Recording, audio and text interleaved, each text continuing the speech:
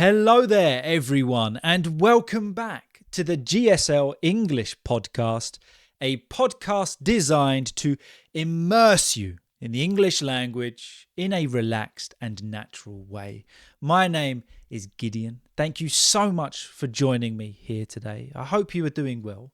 I hope you've had a good week wherever you are in the world and whatever you have been doing. If you are new here and thinking, what on earth is this? What have I clicked on? What am I listening to on Spotify? Well, as I said, my name is Gideon and I am an English teacher from London, and I prepare podcasts and lessons to help you learn English in the most authentic and real way possible, to basically prepare you for the real world so you can actually go out there, use and understand English. That's the purpose of this podcast.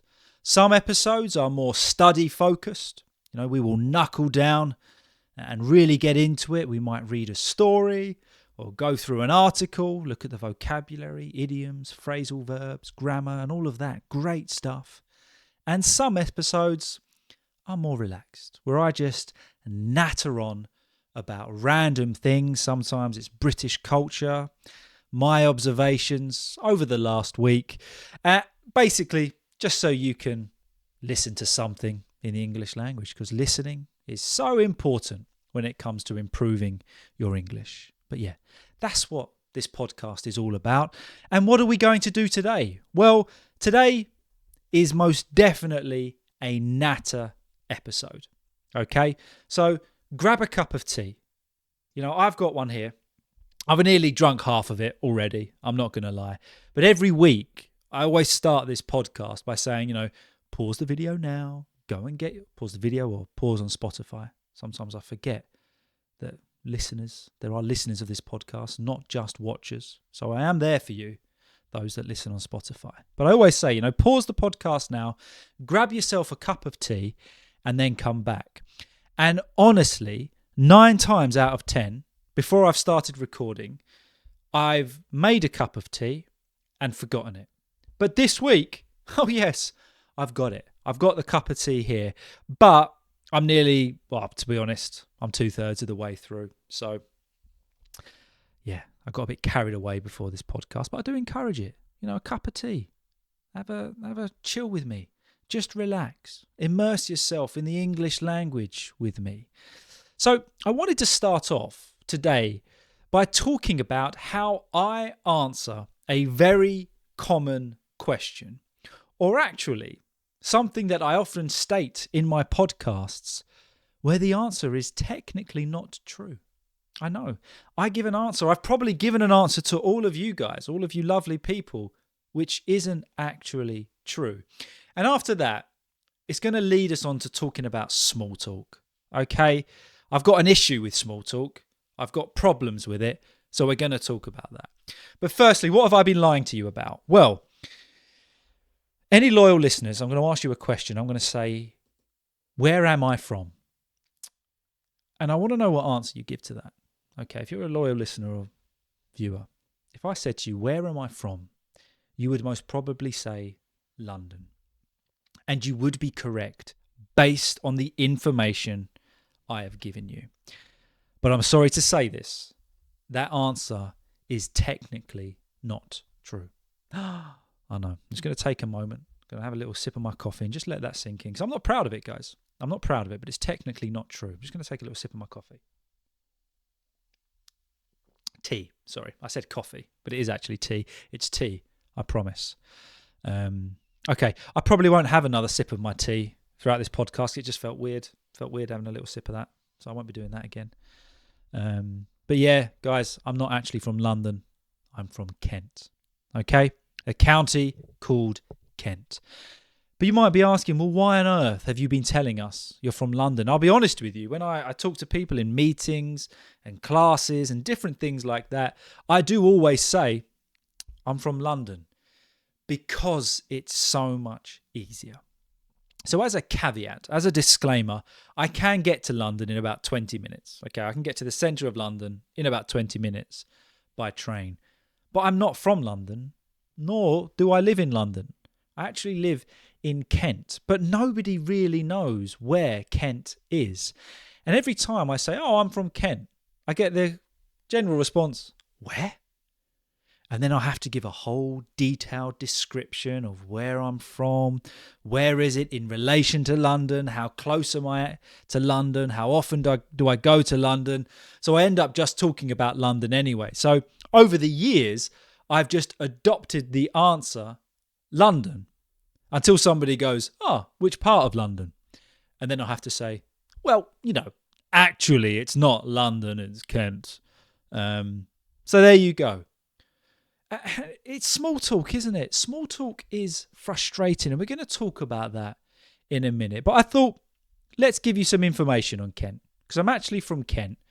So where is it? It's a county that borders with London. Okay, and it's best known as the Garden of England. Okay, it's kind of historically and traditionally known as the Garden of England, and some parts of it are honestly absolutely beautiful.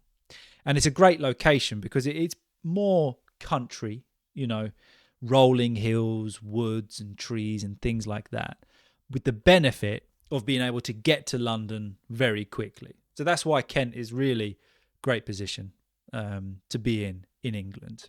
I think there's about 26 castles in Kent, and incredible castles at that. It's England's oldest county, and technically it contains more castles and historic houses than any other region in England. You've got Leeds Castle, which is honestly, without a doubt, one of the most beautiful places in Kent. It's absolutely stunning. Surrounded by 500 acres of gardens. Honestly, it's just so nice. And they've got a great golf course. So if you play golf and want to play an incredible location, Leeds Castle's there. And it's very close to Dover. Okay, Dover has a castle. But yeah, it's very close to Dover. So actually, on a clear day, France can be seen from parts of Kent, particularly in Folkestone. So this county is the closest area of England to France. So Folkestone and Dover are the places where you can get the Eurotunnel or the ferry over to France. It takes the ferry takes about an hour and a half, and the tunnel, I think, under an hour. But on a clear day, from Folkestone in England, you can technically see France. So it's very close to mainland Europe. In fact, thinking about that, I remember as a kid, we used to just go over to France for a day, for an afternoon. We'd set off early, we'd get in the car, we'd drive to Folkestone, get the Eurotunnel, which is basically the train that goes under the water, then you come up in France. Then we go to Calais for the day, or I think it was Saint-Omer or something like that. Go shopping. Wine was always cheaper, so we come back with a car full of wine from my parents. And that was it. It was so easy to get over to France from Kent. So it's a really great location, Kent, because you're kind of so close to London, but also you're so close to the opportunity of travelling over to France. So I do highly recommend, if you are visiting England, a lot of people go into London, if you can come over to Kent, go see the castles, take in the countryside. It's absolutely beautiful. But that's small talk for you, isn't it? You kind of just, I don't know about you, but you give answers just to get the conversation over with. And that's generally what I do with that question. When people say, where are you from? I'm from London. It's just easier than trying to explain it. But just talking about Europe, it's so great because you can so quickly get over to France. Last year, my wife and I, we spent much of the year traveling across Europe because it was so easy to get to. And actually, I wrote in my notes, I don't know if anyone else has come across this drink, but I got addicted to a chocolate drink called Candy Up. Anybody knows it? It takes a lot of mixing, it takes a lot of shaking, but I got absolutely addicted to it. It's like a chocolate milk drink. Every petrol station we stopped at, I would have to go find a Candy Up. Even to the point where my wife knew that if she saw one in a shop, she picks up a Candy Up. Although we did have one funny experience where they always took shaking. So you always have to shake them to get the chocolate from the bottom to mix into the milk. So I was doing that one time. And my wife always said, be careful you don't spill it, Gideon, because I have a habit of spilling things. I am inherently clumsy. Kind of runs in the family. I'm just clumsy. And I said, no, I'm not going to spill it. It's all good. So one time, of course, shook the whole drink up. They have like this silver foil, you have to peel back. Started doing that, and then poof, everywhere. All over the car, all over my wife, all over my face, absolutely everywhere. And it was after that I was banned from opening Candy Up in the car. Much for good reason, because the car smelt like chocolate milk for about a week. And then it was quite warm. So that smell kind of evolved into a not very nice smell. So it was an issue. Yeah, but so I banned myself from opening Candy Up in the car. I could drink it in the car, but can't open it. If there are any fellow Candy Up drinkers out there, or you know even what I'm talking about, let me know in the comments, and we can start a little Candy Up appreciation group. But let's get into the main topic. Small talk. Love it or hate it, it's a weird thing that we've kind of created as humans. And small talk basically is that conversation that you have to have with people you don't really know, you haven't seen in a while, might be in a social or a business setting. I personally hate it.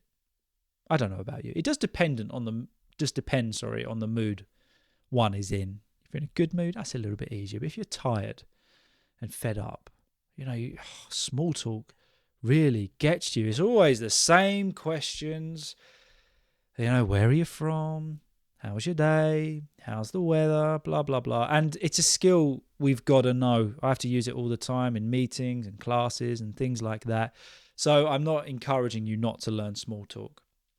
But my issue is maybe we need to just mix the questions up a little bit.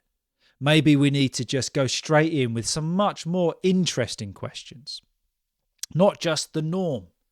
We've just normalized these really boring questions, but I don't want to ask that to people anymore. I've got bored of it. So what I did was I said to ChatGPT, ask me some weird and random small talk questions. So I set it up. I said, I want to have some small talk with you. Ask me some random questions. Now, I did that, and then I have not prepared answers. Okay, so I wanted to give you my authentic answer to these questions. So I don't actually know what all the questions are. So here we go. We're going to ask you some weird small talk questions because I'm sick of just talking about the same things all the time. So let's mix it up, and maybe we should start normalizing more weird small talk questions that are actually interesting, that actually make life a bit more fun.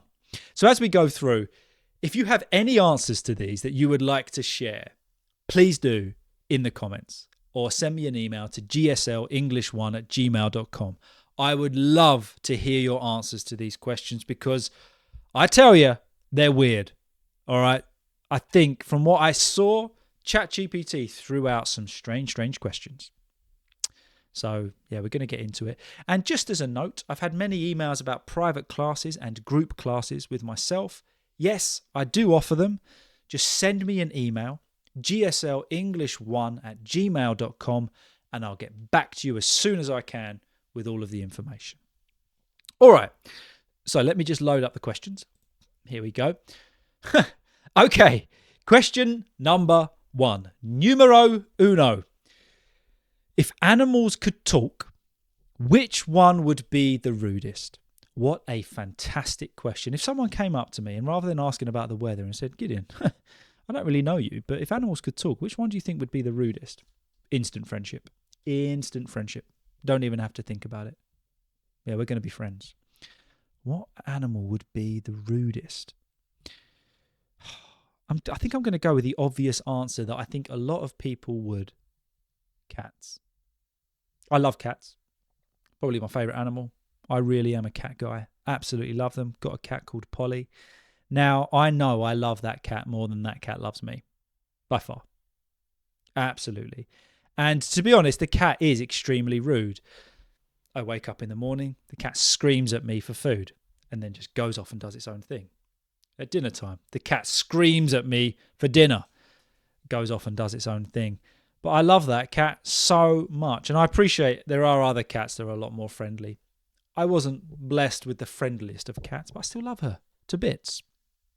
But I do feel like if she could speak to me, she would just like to vent about everything I've done in her life that annoyed her. I don't feel like she would want to talk to me about her affection for me or, great times we've shared, great memories.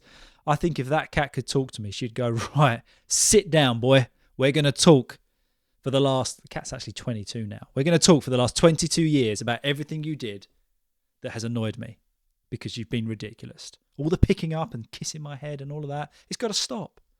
That's what I feel like. So maybe that's not rude. Maybe it's justified. But I do also think that if cats could talk, my cat's called Polly, and I said, hey, Polly, do you want to have a chat? I think she would just look at me and then just slowly walk in the opposite direction. I don't know about you. What do you think? What animal do you think would be the rudest if it could talk? Ostriches, maybe? Ostriches, I could imagine them being a little bit rude. A little bit aggressive in the way they go about their conversations. I think dogs would be lovely to talk to. Rabbits would be lovely. Yeah, okay, let me know. If animals could talk, which one would be the rudest? Great small talk question. I love it. How much more interesting than, what do you do for work? Okay, the next one. Oh my. What's the weirdest thing you've ever eaten just because you were bored? Wow. What's the weirdest thing you've ever eaten just because you were bored? I actually have got an immediate answer for this. Is when I was living on my own, I had two things in. I needed to go food shopping, so I had two things in. I had carrots and I had chocolate spread. You know what's coming. Carrots in the chocolate spread. Perfect. It was great. So maybe that's considered weird. And I did do it because I was bored. Watching a film, fancy something to eat. Oh, I got a carrot, got some chocolate spread. Let's give that a go. And it wasn't terrible. I'm not going to lie. It wasn't, that was probably when I was like 19, 20. It wasn't terrible. I know actually apple slices in chocolate spread is very good. So there you go. Let me know in the comments. What's the weirdest thing you've ever eaten just because you were bored? Okay. Number 3. If you had to pick a new first name, but it had to be a fruit or vegetable, what would you choose? What a great question. I love it. Okay, so you have to pick a new first name, but it has to be a fruit or a vegetable. What would you choose? Well, I feel like all the basic fruits would be a little bit boring. Like you couldn't, like apple, orange, pear, banana. What about dragon fruit? That's a fruit, isn't it? I don't know what it tastes like, but it's a pretty cool name. Dragon fruit. I think I'd go with that, 100%. Dragon fruit. Hey, dragon fruit. Yes, that's got a ring to it. Or even like signing off emails. Kind regards, dragon fruit. Yeah, it's not a bad answer. There's not a bad answer. Dragon fruit. I'm really struggling to think of fruits. Does that ever happen to you? Someone puts you on the spot and they're like, name 10 fruits. I think I would struggle to name 10 fruits right now. Apple, orange, pear, banana. Oh my goodness. Pear, banana, mango, grapefruit, melon. Melon would be a good name. Hey, melon, what's up? Melon. Struggling for 3 more. Yep, there you go. That's what happens with the English language. When you're put on the spot, you forget. So if you had to pick a new first name, but it had to be a fruit or vegetable, what would you choose? I choose dragon fruit. So you can now all call me dragon fruit. What's the silliest way you've injured yourself? That's a bit of a personal small talk question. I would definitely wouldn't go with that one. As weird as these all are, I wouldn't go with that. Okay, what's the silliest way you've injured yourself? Now, I am very accident prone, which means that I am susceptible to injury and hurting myself. What's the silly? Now, I don't know if this is the silliest one, but it's a bit of a crazy story of how I actually broke my back when I was about 8 years old. So every year, my mother and father would throw me and my brother a party. They would throw us like a summer party. All of our friends would come over and we have a great time. One year we had like this entertainer and he played games and he had this massive parachute. This was in the 90s, by the way. Massive parachute. So we went out to this field in front of our house. I had this massive, it's like a parachute from what I remember, a big piece of material. So I said to my friends, hey, look, guys, if I sit in the middle of this piece of material, if you guys, there's about 10 other people, if you all hold part of it at the edge, if you spin around and then pull it, I should go really fast in the middle and spin really fast. You know, trying to be the center of attention. I thought that was a great idea. So we did it. I sat in the middle. All of my friends grabbed a piece at the edge of the material and then walked around. So it span up quite tightly and they pulled it. The issue was my lower body twisted round while my upper body stayed still, and I actually broke my back instantly. And I was in a back brace for 6 months. So that's a pretty silly way to injure yourself, isn't it? Yeah. But yeah, I've broken fingers, wrists, bone, everything. Okay. Next question. If you could have any animal as your sidekick, but it had to wear clothes, which animal would you choose and what would they wear? I like that we're bringing animals back into this. So my favourite animal is a penguin. I've always loved penguins. So the animal as my sidekick would be a penguin. When we talk about a sidekick, we're talking about, you know, if you are the main superhero, it's somebody that helps you. Somebody that's always with you and supports you, like Batman and Robin. I would choose a penguin, 100% a penguin. And I don't know why a penguin in like a kilt has come to mind, but we're not going to go with that. We're going to go with a penguin in a suit. Just the stereotypical penguin, like from Penguins of Madagascar, you know, that from the film. Little suit, penguin. When I talk about suit, I'm talking about full shirt and tie. We both wear suits and we fight crime together. But not like in a fighting way. We use our intelligence and our wit to fight crime with my little penguin sidekick. That's the dream. That's the world I want to live in. Actually, that's even without a question. Yeah, penguin in a suit. What's the next one it came up with? Okay, this is a good question. What's something that everyone looks ridiculous doing, no matter how cool they are? So something that everybody looks stupid doing, even if they would be considered a cool person. Now, I've never been considered a cool person in my life, but what's something that everybody looks ridiculous doing? With guys, I always think it looks really funny when you're getting your hair cut. Because, I don't know what it's like, but in England, you have this cape they kind of put round you, and it locks all the way around your neck. So then you have this kind of tarpaulin coming off you with your hands underneath, and you just sit there, just facing and staring at yourself in the mirror. And they put your hair in loads of weird positions. They comb it forward, comb it back, comb it to the side, and you can't do anything about it. And you can't really move. And it always makes me laugh because no matter how cool a guy is, no matter how big and tough he looks, once you're in that chair, you're actually quite vulnerable and just staring in the mirror at yourself while somebody else does whatever they want with your hair. So that's one thing I would say. Didn't really look ridiculous getting your hair cut. Or scratching your back. Or trying to lick your elbow. But don't do that often. But scratching your back, I don't think anyone really looks cool scratching their back because you can never get to the actual spot you want. Yeah. Okay. The next question. If you've got any answers to these, by the way, honestly, I would love to hear them. Okay? Please let me know your thoughts. I'm just kind of presenting my natural answers to you, but I'm sure you've got much better answers. All right, the next question. I don't know how many we've got left. Okay, we've got 3 more. What would your superhero name be if your powers were based on your most annoying habit? Whew. What would your superhero name be if your powers were based on your most annoying habit? Powers were based. Well, I think my most annoying habit is that I crack my knuckles. By that, I mean, you know, where you, I don't know if you can hear that, but with your fingers, you know, where you crack your knuckles, you pull your fingers around and they go pop and crack. That's my most annoying habit. But I don't know how that could be used as a superpower, but I guess my name would be Crack Knuckles, which sounds awful. Doesn't sound like a superhero at all. It sounds like somebody you do not want to bump into. Crack Knuckles. Don't like that. What's another annoying habit? I don't know. The best thing would be to ask my wife that. I'm sure she's got a list of annoying habits. I don't always do the dishes straight away. So dish procrastinator. Oh, that's a good one. I am the dish procrastinator. So that would be my superhero name. So either dish procrastinator, meaning that I don't always wash up straight away when I should, or crack knuckles. I don't know which one sounds better. Let me know your thoughts. Okay, so if you were a sitcom or a series, what would it be called? If your life were a sitcom, what would it be called? Funnily enough, I've thought about this question before, and I know the answer.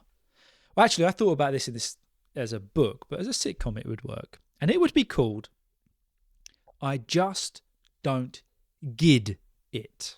Okay, G-I-D. So it's a play on I Just Don't Get It. But Gid, because my name is Gideon, anyone close to me calls me Gid. But the book would be, or this series, if we're talking about a sitcom, would be about everything in life that you just don't quite understand why it happens or why we do it as humans. Or situations you find yourself in that you shouldn't really be in. Like, for example, breaking my back at a kid's party. I just don't get it. Why did that happen? Small talk. This kind of man-made invention that nobody else likes but has become a social norm. I just don't get it. Let's mix it up. Let's make it more normal. So I think that's what a sitcom of my life would be. I just don't get it. Certain things, even as an English teacher, about the English language, you think, I just don't get it. It doesn't make sense.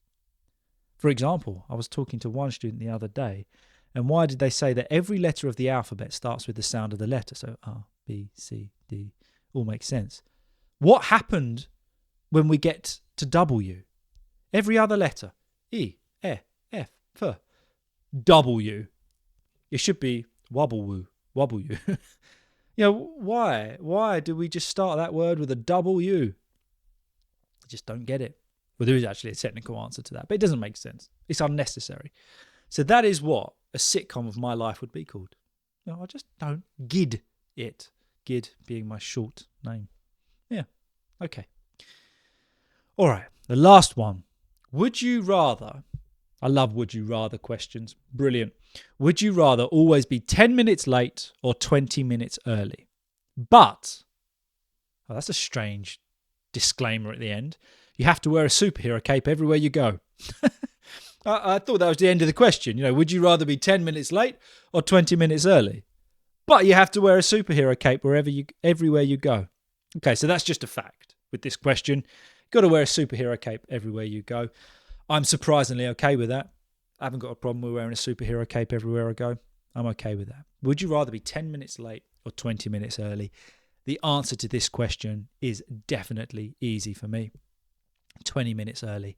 I hate being late anywhere. I'm that guy that if you tell me to be somewhere for 6 o'clock in the evening, I'm there at 5:55 waiting outside. I'm a nerd. I'm a loser. But I've just come to accept it. All of my friends know that I'm always going to be early. If they say they need picking up at a certain time, I'll be there 10 minutes early. But I can't stand the idea of being late anywhere. It's so stressful. It's like when people go on holiday and they leave everything to the last minute of getting to the airport. If check-in's 3 hours long, I'm going to be there 3 hours before. Then I can just relax. Being late, to me, is the greatest cause of stress. And I'm not interested in it. So I'll be 20 minutes early, but I'll look cool because I'm wearing a superhero cape everywhere I go. So there you go. That is today's episode. Something a little bit random. It just came to me this week that we've normalized boring questions for small talk. Let's mix it up. Let's make it a little bit more interesting.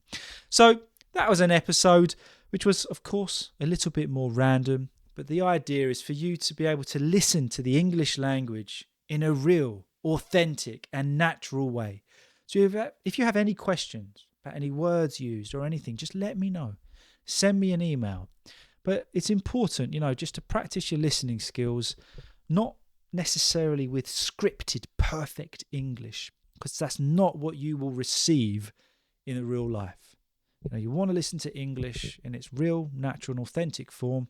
And I hope that I've presented that to you today. So have a great week. We've got another lesson coming out on Wednesday, which is going to be another study lesson. Thank you so much for all of your support. Please don't forget to like and subscribe. And yeah, let's keep improving our English together. Have a good one, guys.